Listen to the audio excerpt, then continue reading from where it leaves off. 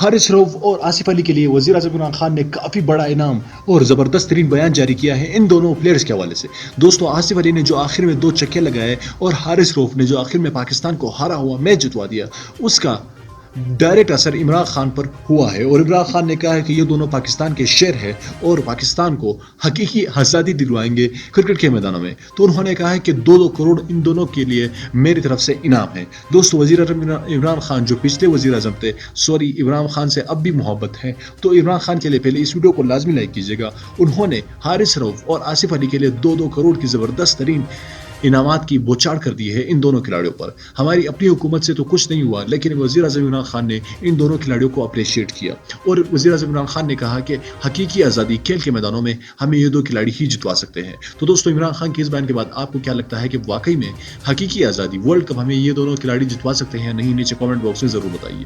اس video کو like کیجیے گا، ہمارے چینل کو مزید ویڈیوز دیکھنے کے لیے ضرور سبسکرائب کیجیے. میں ملنا چاہوں گا آپ سے اگلی ویڈیو میں، تب تک کے لیے اجازت دیجیے. اللہ حافظ.